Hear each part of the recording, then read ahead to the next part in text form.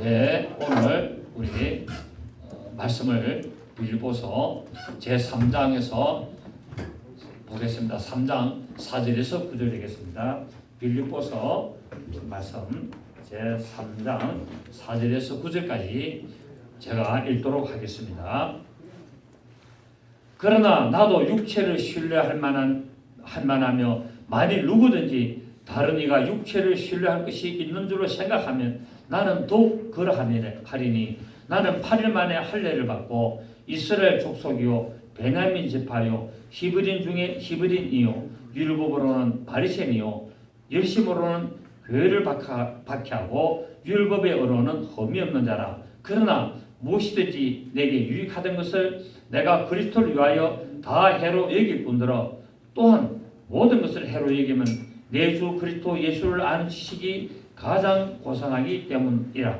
내가 그를 위하여 모든 것을 잃어버리고 배설물로 여기면 그리스도를 얻고 그 안에서 발견되려 함이니 내가 가진 의는 율법에서 난 것이 아니요 오직 그리스도를 믿음으로 말미암은 것이니 곧 믿음으로 하나님께로부터 난 의라. 아멘. 바울은 올바른 할례파와 또 육체적인 손할례파가 어떤 자들인가를 것을 지난 시간에 이렇게 비교를 하면서 교회 안에서 육체를 신뢰하지 않고 하나님의 성령으로 봉사를 해야 되고, 그리고 그리스도 예수로 자랑하는 자들이 진정한 할례파이고 그들이 하나님 앞에 자녀된 자로서 나가는 것을 우리가 보았습니다.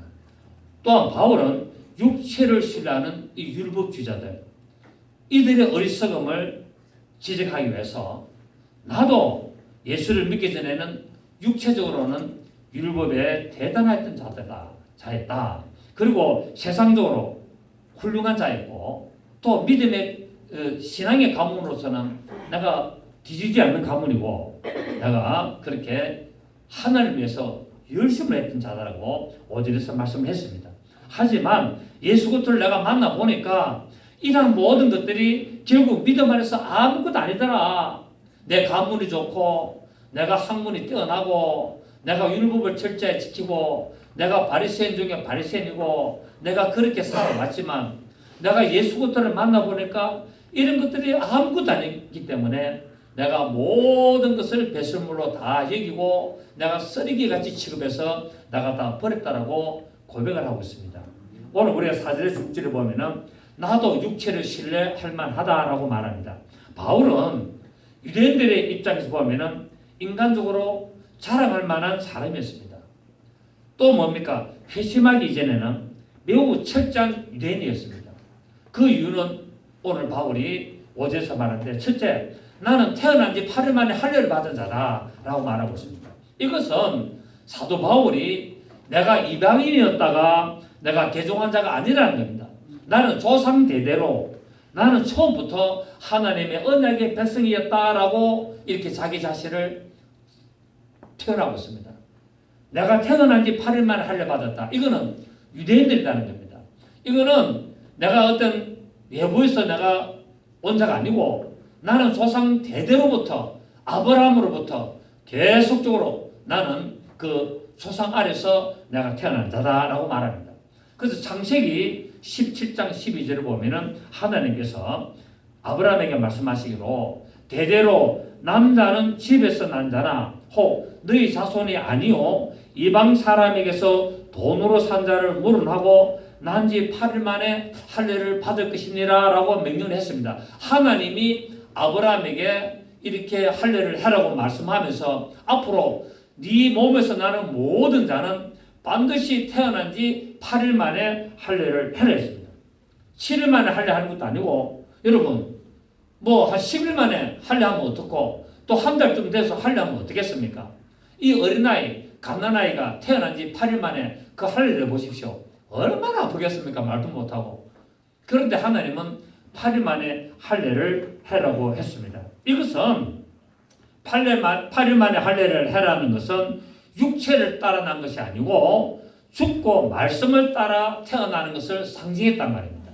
결국 부정모혈, 어머니 몸에서 아버지 씨를 따라서 태어났지만 태어난 그 아이가 육체적으로 태어났지만은 바로 8일 만에 7일 만에 완전히 죽고 8일 만에 다시 태어날 것을 상징하는데 이것이 뭐냐면은 8이라는 수는 부활의 수이기 때문에 그렇습니다. 그리고 7이라는 수는 안식의 수. 그래서 예수님께서 7일째 무덤에서 안식하시고 그래서 8일 만에 부활하신 것을 상징하고 있죠. 그래서 이 세상에 태어나는 모든 사람들은 육체적으로 태어나는 모든 사람들은 반드시 죽고 부활해야 되는데 어떻게 죽고 어떻게 부활해야 되느냐? 우리가 태어난 사람이 죽고 부활하라는 말은 살아있을 동안에 육신적으로는 이제 살아있지만 너희가 하나님의 말씀에 의해서 너희의 모든 것을 죽이고 새로 하나님의 말씀으로 태어나라. 곧 이것이 거듭나라는 것입니다. 그래서 베드로전서 보면은 거듭나는 것이 썩어질 육체로 된 것이 아니고 하나님 썩어질 육체로 된 것이 아니고 썩지 아니하시는 하나님의 말씀으로 되었느니라 라고 말씀하고 있죠. 그래서 이 세상에 태어나는 모든 자들은 반드시 죽고 하나님의 말씀으로 거듭나야 될 것을 말씀을 하셨습니다. 그래서 이 다윗도 제가 지난 시간에 말씀드린 것처럼 다윗도 이새의 8번째 아들로서 부활을 상징하는 예수 그리스도의 부활을 상징하는 그런 아들로 태어난 것을 알 수 있습니다. 그래서 이제 육체를 따라 난 것이 반드시 죽어야 되고 말씀을 따라 새롭게 이렇게 태어나는 부활을 의미했기 때문에 율법주의자들은 이 할례의 참된 의미를 몰랐다는 겁니다. 그 할례라는 말은 뭡니까? 자신을 죽이는 거죠. 무엇을 죽입니까? 자기의 옛사람을 죽이는 겁니다. 그래서 성경에는 할례를 세례다 말하죠. 그 세례를 받는 것은 결국 뭡니까? 내 옛사람을 죽이는 행위거든. 그리고 죽이고 나서 물에서 올라옴으로 말미암아 내가 다시 새 사람을 입었다는 것을 표현을 하고 있습니다. 자, 우리 골로새서 2장을 한번 보시면은 빌립보서 다음에 골로새서 2장 11절이죠. 골로새서 2장 11절을 신약성경 326페이지를 보시면 11절입니다. 또 그 안에서 너희가 손으로 하지 아니한 할례를 받았으니 손으로 하지 아니한 할례를 받았다는 말이 뭡니까? 마음의 할례를 받았다는 의미인데 곧 이 오늘 골로새서는 곧 육의 몸을 벗는 것이요 그리스도의 할례니라. 그러면서 그 그리스도 할례가 뭐냐면은 12절에 너희가 세례로 그리스도와 함께 장사되고 그러니까 그리스도와 함께 뭐 했다고요? 죽었다는 거예요.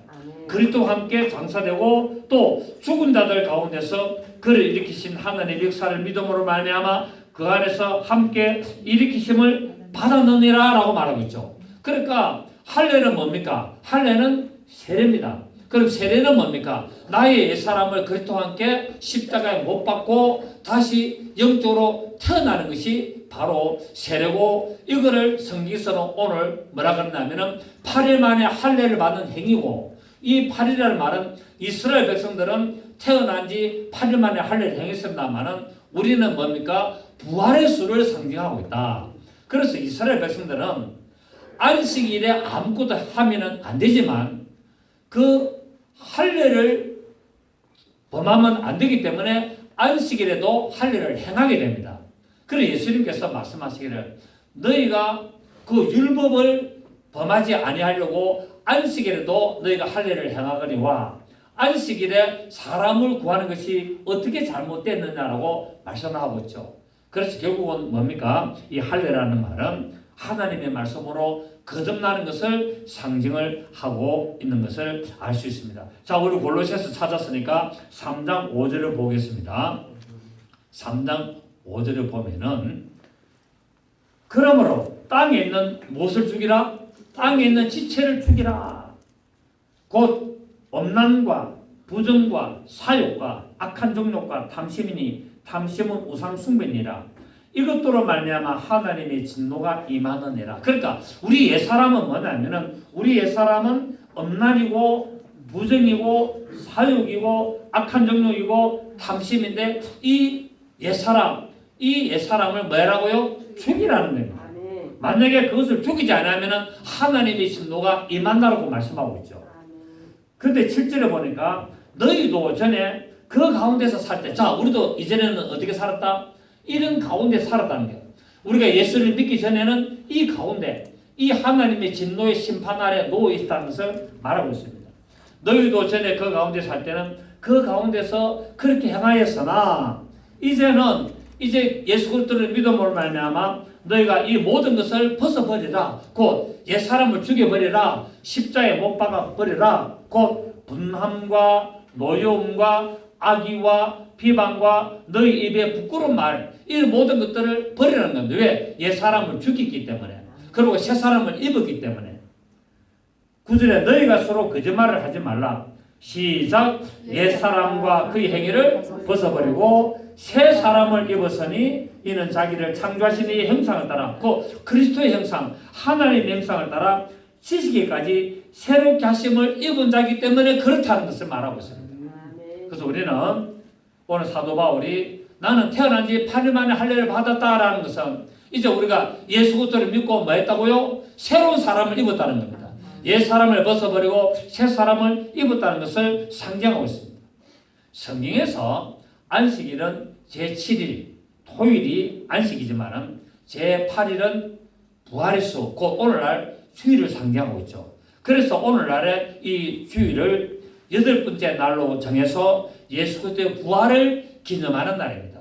여러분 다다음 주가 부활절인데 부활절은 1년에 한 번 4월 달에 약 한 셋째 주 정도 되는데 그때 부활절을 기념하는 것이 아니라 우리는 날마다 부활절을 기념해야 됩니다. 아멘. 우리는 그래서 부활절마다 또 부활절 설교해야 되는데 이번에는 제가 그냥 계속 시리즈로 그냥 이렇게 나가겠습니다. 왜? 부활절 설교 많이 안 했습니까? 예. 물론 처음 오는 사람이 있으면 또 해야 되지만 이제 우리가 부활절에 대한 의미는 날마다 우리가 알고 매주마다 예배드리면서 부활을 기념하는데 우리가 별도로 또 뭐 하는 것도 기념이 되지만 우리 다 아시는 분들은 또 그렇게 계속 성경을 살펴보는 것도 좋다고 생각합니다.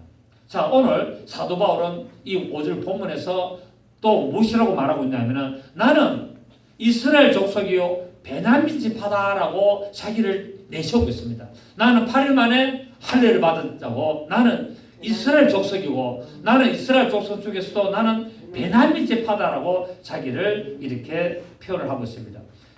바울이 자신을 이스라엘 족속이라고 이렇게 이야기한 것은 나는 유대인으로서 이스라엘의 언어와 습관과 모든 생활 방식을 철저하게 지킨 자다.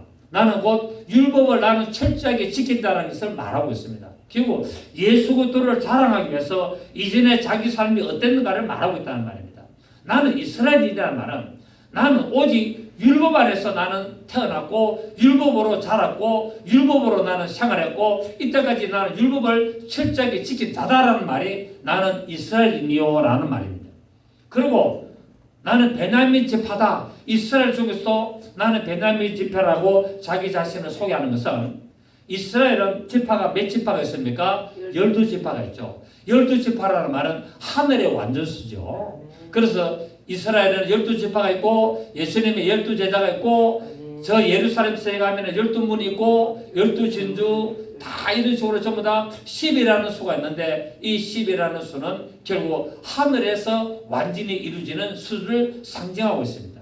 그래서 이스라엘 지파가 12지파가 있는데 그 중에서도 나는 바로 이스라엘의 왕가였습니다. 자, 이스라엘의 초대왕이 누굽니까? 사울이었죠. 사울인데 사울이 지파가 어딨냐면은 베냐민 지파였습니다. 결국 사도 바울이 나는 베냐민 지파다라고 말하는 것은 나는 이스라엘의 초대왕의 나는 후손이다. 나는 왕족이다. 나는 왕가의 자손이고 나는 왕가의 후손이라는 것을 말하고 있습니다. 그러면서 내가 왜 베냐민 지파라고 말하냐는 그 의미 속에는 여러분 다윗은 유다 지파죠, 그죠? 그런데 사울 왕은 베냐민 지파였습니다. 그 초대 왕은 베냐민 지파에서 나오고 그 다음에 이제 두 번째 왕으로부터는 유다 지파에서 나와서 예수 그리스도까지 계속 왕권이 이어져 오는데 이 다윗과 사울의 아들 요나단이 언약을 맺습니다. 영원한 친구로서 언약을 맺으면서 결국 서로를 사랑하게 됐는데 결국 사도 바울이 나는 베냐민 지파라는 말은 나는 사울의 지파로 사울의 나는 후손으로서 결국 나는 다윗의 자손 예수 그리스도를 나는 사랑하게 됐다. 이거를 사랑하고 배워주고 있다는 말입니다.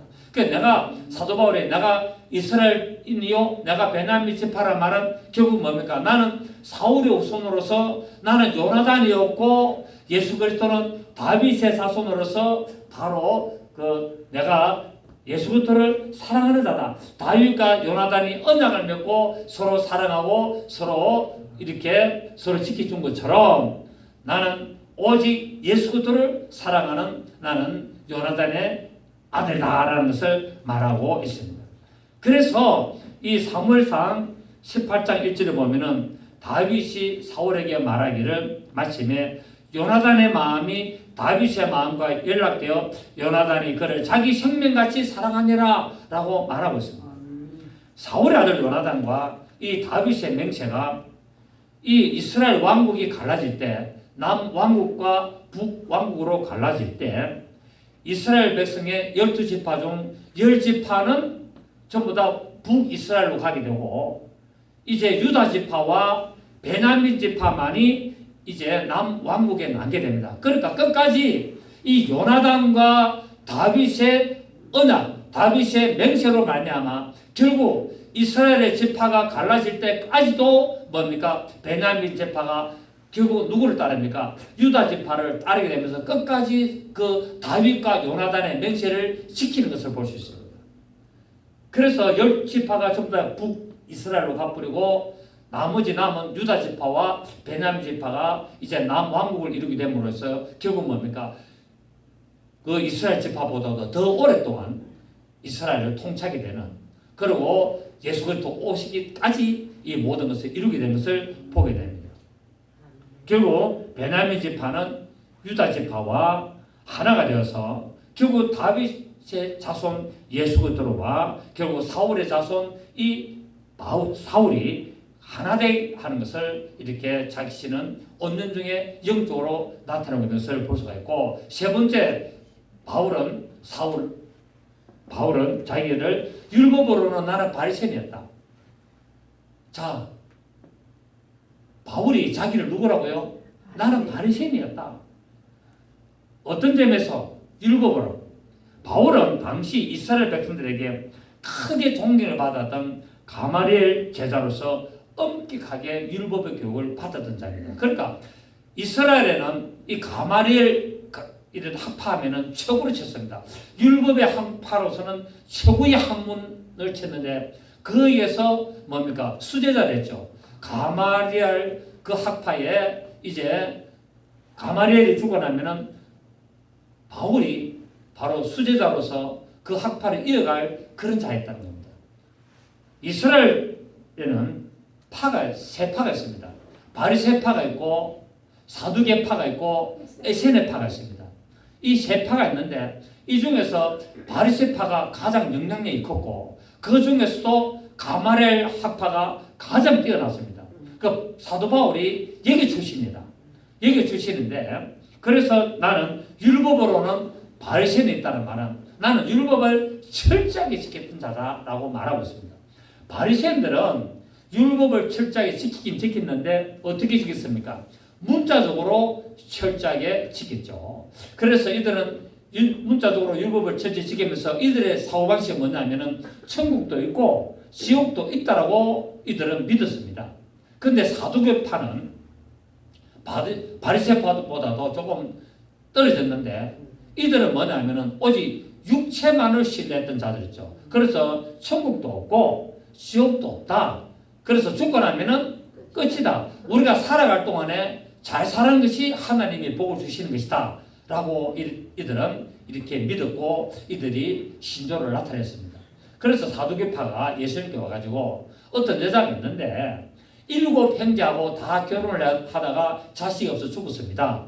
그렇다면은 나중에 부활 때 이 여자는 그 7형제 중에서 누구의 아내가 되겠습니까? 라고 예수님을 시험했습니다. 그렇게 예수님께서는 너희가 성경도 모르고 하나님의 능력도 모르냐?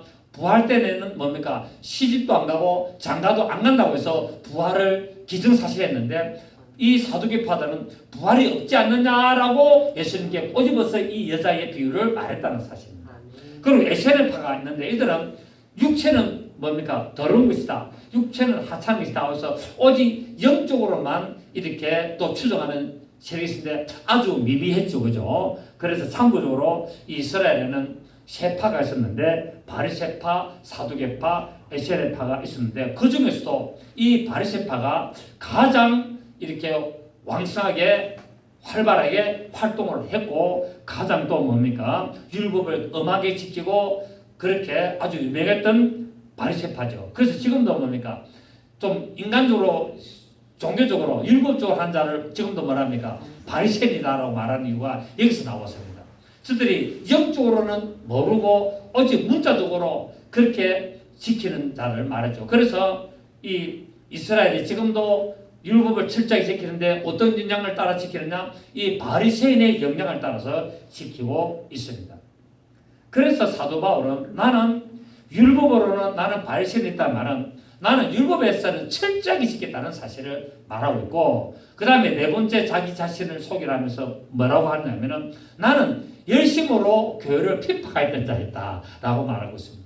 바울은 유대인으로서 율법을 해방하는 교회를 아주 심하게 핍박을 했고 그래서 예수 그리스도를 믿는 성도들을 잡아서 옥에 가두는 그 일에 선봉장했었죠. 최우선적으로 그 일을 하고 또 사형을 시키고 그렇게 하는데 찬성표를 던졌던 자가 바로 이 사도 바울이었습니다.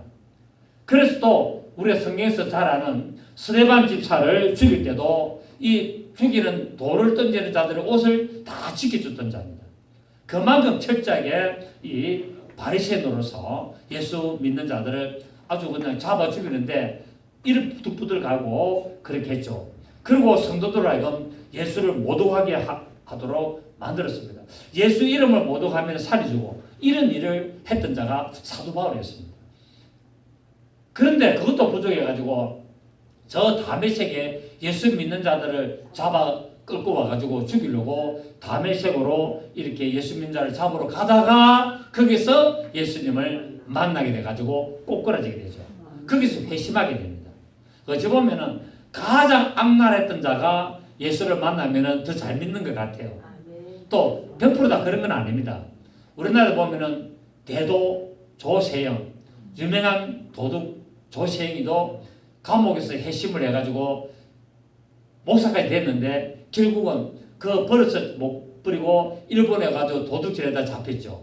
이것은 뭐냐면은 겉으로는 예수를 믿으나 속으로 거듭나지 아니하면은 옛 사람으로 돌아가게 됐습니다. 그 마음의 할례를 받지 않고 육체의 할례만 받고 마음의 할례를 받지 않으면은 반드시 옛 사람을 다시 돌아가게 되는 것이 성경의 원리입니다. 그래서 육체로 우리가 예수를 믿고 제가 지난 시간에 말씀드렸잖아요. 하나님의 자녀로서 나왔다면 반드시 무엇을 해야 되느냐? 마음을 지고 마음의 할례를 해가 새 사람을 입어야만이 우리가 완전한 거듭남을 이룰 수 있는 것을 볼 수가 있죠. 또 거듭남의 비밀이라니까 구원파 생각이 납니다.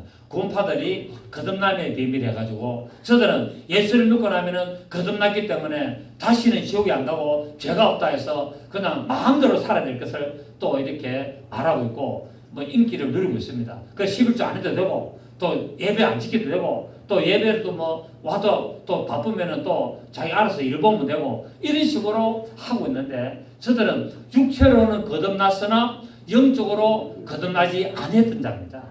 그래서 새 사람을 입지 못했기 때문에 저들에게도 구원의 역사가 없는 것이 아닌가라고 생각을 합니다. 자, 그리고 사도 바울은 오늘 다섯 번째로 자기를 소개하는데 율법의 의로는 흠이 없는 자다.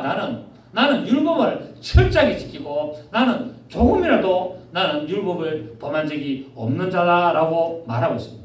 바울은 이처럼 율법 아래서 흠이 없을 만큼 율법의 전통을 철저히 따랐고 지키기 때문에 아무도 사도 바울을 책잡을 수가 없었습니다.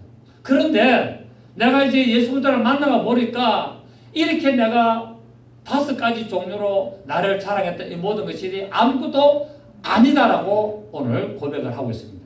7절에서 9절에 보면은 사도 바울이 내가 그리스도를 위하여 전부 다 해로워진다. 해롭다는 거예요. 내가 이때까지 내가 알아왔고 지켜왔던 율법 모든 것이 내가 예수를 아는 것에 도리어 해로움이 된다는 겁니다. 그 율법의 아래 들어가면은 예수를 못 믿게 된다는 거예요. 그래 이스라엘 백성도 사도 바울이 내가 율법을 철저히 지킨 자요 내가 이스라엘 중에 이스라엘이요 내가 태어난 지 8일 만에 할례를 받았고 내가 베냐민 집하고 내가 율법으로는 바리새인이고 내가 교회를 열심히 핍박했던 그렇게 내가 하나님을 열심히 섬겼는데 이것이 도리어 예수를 믿지 못하도록 방해하는 해로운 것이었다. 그런데 이것을 예수를 만나고 보니까 이걸 깨달았다는 겁니다. 이런 바울의 고백이 예수 그리스도를 만난 후에 자신을 자랑거리로 이렇게 예수를 선전하고 예수를 나타내는 일에 쓰임을 받게 되고 이전에 내가 율법 아래 있던 모든 것들이 결국은 뭡니까? 내가 하나님을 향한 믿음 안에서 방해가 되는 해로운 것이라는 것을 내가 알고 이것을 내가 배설물로 여기서 쓰레기로 여기서 내가 모든 것을 다 버렸다라고 말하고 있습니다. 그래서 사도 바울은 자기를 말합니까? 나는 그리스도 안에서 자유하는 자다라고 말하고 있습니다. 왜? 율법은 철저하게 율법의 조항을 지켜야 되는데 예수를 만나고 보니까 뭐 하게 됩니까? 율법의 모든 조항이 나와 아무런 관계가 없다는 거예요. 그래서 나는 율법 아래서는 뭡니까? 흠이 없던 자가 나는 율법 아래서 자유한 자가 됐다는 겁니다. 나는 율법을 철저히 지키고 율법의 조항을 따라가고 그것을 지키지 않으면 죽는 줄 알았는데 예수 그리스도를 만나고 보니까 나는 완전히 거기서부터 해방된 자요 자유한 자라고 오늘 자신을 소개를 하고 있습니다. 여러분 육체의 조건으로는 구원을 얻을 수가 없습니다. 육체의 할례를 받았다고 해서 구원이 완성됐냐? 아닙니다. 육체의 할례를 받으면 구원을 얻게 되죠. 그런데 마음의 할례를 받지 않으면 구원을 잃어버릴 수 있다는 사실. 그래서 육체의 조건으로는 구원을 얻을 수 없고 구원에 아무런 유익도 없기 때문에 마음의 할례를 받아야 되고 그리스도와 함께 우리가 성령의 충만함을 받아야 됩니다. 그리고 오직 예수 그리스도의 죽으심과 부활만이 구원으로 인도하는 확실한 진리라는 것을 깨달아야 된다는 사실입니다. 바울이 이렇게 할 수 있던 이유는 예수 그리스도를 아는 지식이 다른 어떤 지식보다도 가장 고상하다는 겁니다. 그러니까 내가 율법이 적은 줄 알았는데 예수를 만나고 보니까 예수 그리스도를 아는 지식이 가장 더 뛰어나다는 거예요. 가장 고상하다고 말을 하고 있습니다. 여기서 가장 고상하다는 말은 어떤 의미냐면 고상하다, 멋지네요 이런 의미가 아니라 가장 탁월하다. 가장 고상하다는 말이 어떤 의미라고요? 가장 탁월하다. 그래서 성경에 보면은 고린도서에 보면은 이 율법을 갖다 뭐냐면은 초등학문이다라고 말하고 있죠. 그리고 세상 학문을 초등학문이다 말하고 있습니다.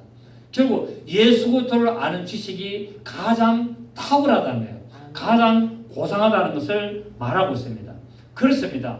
이 세상에 아무리 뛰어난 학식이 있고 지식이 있어도 예수 그리스도를 아는 지식이 가장 뛰어나고 가장 탁월하다는 것을 알 수가 있습니다. 여러분 우리가 지식이라는 말을 하면은 우리가 어떤 여러 가지 의미가 있습니다만 어떤 세상에 가장 중요한 부의 지식 그 엘빈 토플러라는 우리 미래학자가 있습니다. 이 엘빈 토플러가 미래학자인데 책을 한 권 썼죠. 많이 썼는데 그 중에 책 중에서 부의 미래라는 책이 있습니다. 앞으로 미래에 무엇이 우리에게 부를 갖다 줄 것인가. 제가 그 책을 오래전에 읽었는데 그 책에 보면은 앞으로 지식이 모든 부를 결정하게 될 것인데 실상은 그 책을 읽어보면은 세상적인 지식, 세상적인 어떤 학문이 부를 갖다 준다는 거예요. 그런데 우리가 성경을 통해서 예수 그리스도를 만나보니까 모든 부는 예수 그리스도 안에서 나오는 것을 알 수 있죠. 아멘. 그래서 그는 부유한 자로서 그가 가난하게 되시면 그가 가난하게 되시면 말미암아 우리를 부유케 하게 하심이라고 고린도서 8장 9절에서 말씀했습니다. 그분은 가장 고상하고 가장 뛰어나고 모든 부유를 가진 자인데 그분이 우리에게 모든 부유를 주시려고 그분이 오셔서 가난하게 되셨다라고 말씀을 하셨습니다. 그 최윤식 목사라는 분이 있어요. 최윤식 목사라는 분이 미래학자인데 사랑의 교회 옥하는 목사님 계실 때 부목사로 있다가 미국에 유학을 갔는데 미국에 유학 가가지고 신학을 공부 안 하고 미래학을 공부를 했어요. 그래야 이분이 미래학자 되는데 아주 뛰어납니다. 뛰어나가지고 이분이 이제 목회는 안 하고 미래학을 하는데 이분이 책을 여러 권 지었습니다. 여러 권 지었는데 가장 최근에 지은 책이 뭐냐면은 앞으로 5년 한국의 미래라는 책을 지었습니다. 제가 그걸 25,000원 주고 사가 봤는데 그분의 책 거의 다 봤습니다. 그런데 이분이 말하는데 세상에 부도 있지만 결국 하나님이 함께하지 아니하시면 이것이 이룰 수가 없다는 것을 말하고 있습니다. 그러면서도 이분이 어떤 세상적인 어떤 앞으로 세상에 돌아가는 그런 것들을 많이 이야기하는데 그 중에서 말하는 거 보면은 2019년도 올해 2019년도 말이 되면은 우리 한국에 엄청난 경제 위기가 올 것이다. 그럼 이게 한 5년 정도 간다라고 이렇게 이분이 미래를 예측했는데 이분이 계속 미래를 예측한 것이 거의 다 맞아떨어졌어요. 거의 맞아떨어졌는데 이분이 가장 최근에 진 책이 2019년도 이제 말 되면은 한국이 경제 침체 들어가게 돼가지고 경제 아주 몰락이 올 것이다. 약 한 5년간. 그래서 지금부터 준비를 해라라고 이분이 주장하고 있습니다. 물론 알아봤기 때문에 뭐 모르겠습니다만은 결국 미래는 맞을 수도 있고 안 맞을 수도 있습니다. 그런데 지금 세계 경제가 돌아가는 거 보면은 거의 같이 가고 있지 않느냐라고 말합니다. 지금 여러분 우리가 뉴스에 계속 보는데 어떤 이야기가 뭡니까? 디디노미네이션, 곧 화폐 계획에 대해서 말이 계속 나오고 있습니다. 경제가 불안하고 어려워지면은 화폐 계획을 할 수 있습니다. 그래서 좀 준비를 해야 되고 만약 화폐 계획이 되면은 우리가 가지고 있는 돈의 가치가 엄청나게 떨어지게 됩니다. 물론 돈의 가치는 그대로 두고 단위만 줄인다고 하지만은 결국 떨어지게 되면은 화폐 가치가 줄어들게 되죠. 그래서 뭐 금을 사놔라, 주식을 사놔라, 부동산을 사놔라, 어디 땅을 사놔라, 하여튼 무엇이든지 사놔라 라고 이야기를 지금 많이 하고 있습니다만 여러분 이런 말 있죠.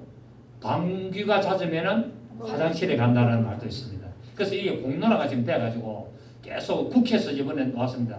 이거를 공론화할 의향이 있나 이렇게 이제 한국은행 총재에게 이야기하니까 공론을 할 의지가 있는데 국회에서 먼저 공론을 해라라고 공을 던지놨습니다.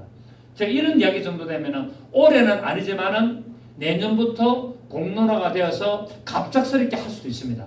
공론화가 하면서 할 수도 있고 갑작스럽게 할 수도 있습니다. 왜? 경쟁의 파장이 크기 때문에. 제가 뭐 엉뚱한 데로 갔습니다만 이거는 앞으로 부의 미래, 부의 지식을 말하는데 결국 세상에 어떤 일이 일어나더라도 예수 그리스도와 함께하면은 모든 것이 하나님 우리에게 부를 준다고 말씀하고 있습니다. 아멘. 그래서 우리는 이런 것들을 겁내지 말고 우리 예수 그리스도 안에서 우리 믿음을 지키고 있으면은 하나님이 우리 환경을 지키시고 우리의 모든 것들을 변하고 하나님의 합당한 방법으로 축복하실 줄을 믿습니다. 아멘. 그래서 우리 성도들은 하나님께서 우리에게 예수 그리스도를 아는 지식을 주셨음을 우리는 감사해야 됩니다. 예수님을 아는 지식을 가지게 되면 우리에게 뭐가 있느냐? 영적인 지식이 있게 되고 영적인 지식이 세상적인 지식과 함께 자라게 되는 것을 알 수 있습니다. 그 세상적인 지식도 결국은 어디서 나옵니까? 영적인 지식에서 파급해도가 나오는 겁니다. 그래서 예수 그리스도를 아는 지식이 가장 우상하기 때문에 이 예수 그리스도를 아는 지식을 가지게 되면 세상적인 지식도 우리가 자라게 되고 알게 되고 분별하게 되고 판단할 수가 있는 것입니다. 자, 우리 고린도전서 2장 12절 보겠습니다. 고린도전서 우리 2장 12절 보시면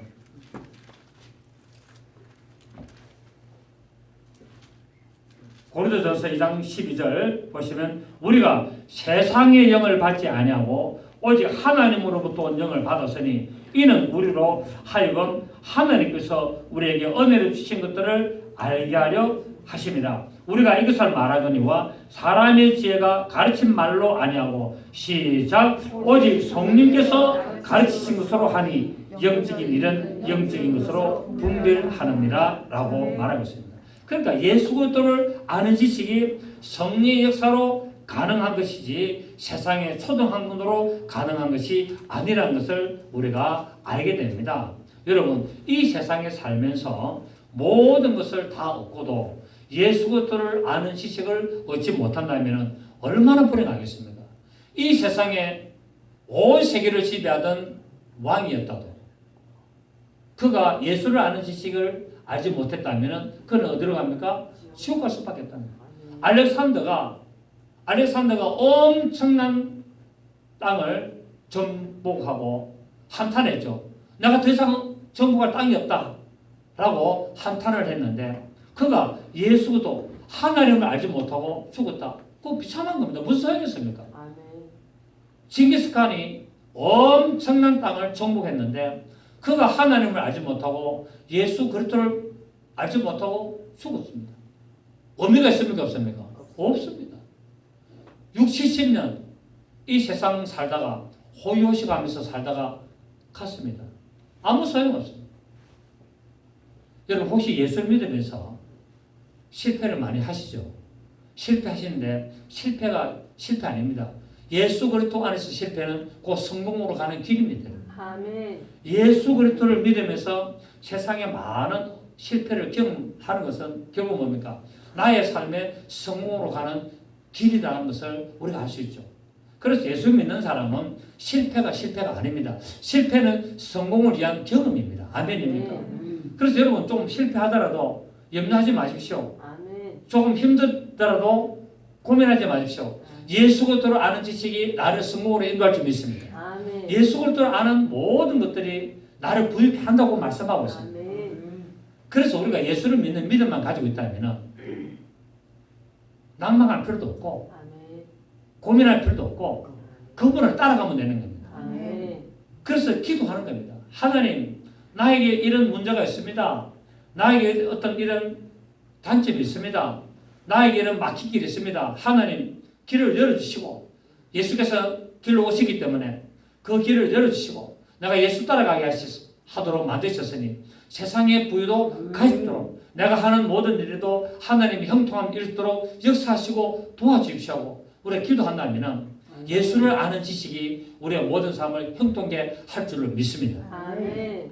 그래서 예수께서 마태복음 16장 26절에서 자 우리 봅니다. 마태복음 우리 16장 26절을 보겠습니다. 마태복음 16장 26절을 보시면 마태복음 16장 26절을 보시면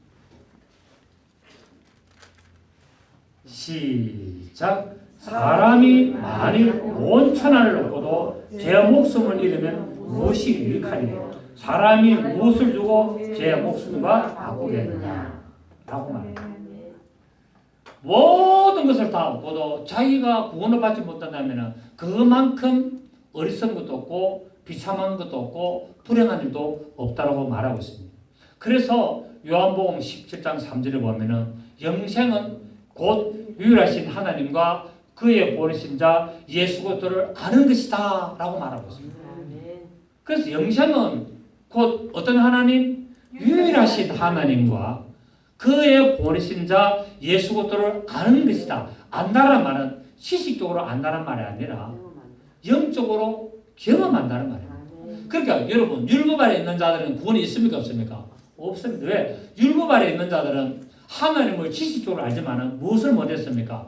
경험을 못했다는 거예요. 아멘. 그래서 이스라엘들이 지금도 열심히 율법을 섬기고 열심히 하나님을 섬기고 있지만 저들이 구원이 없는 것은 결국 예수 그리스도를 경험하지 못하기 때문에 하나님을 경험하지 못하기 때문에 저들에게 구원이 없습니다. 그래서 다시 말씀합니다. 영생은 곧 유일하신 하나님과 그의 보내신 자 예수 그리스도를 경험하는 것이다 라고 말하고 있습니다.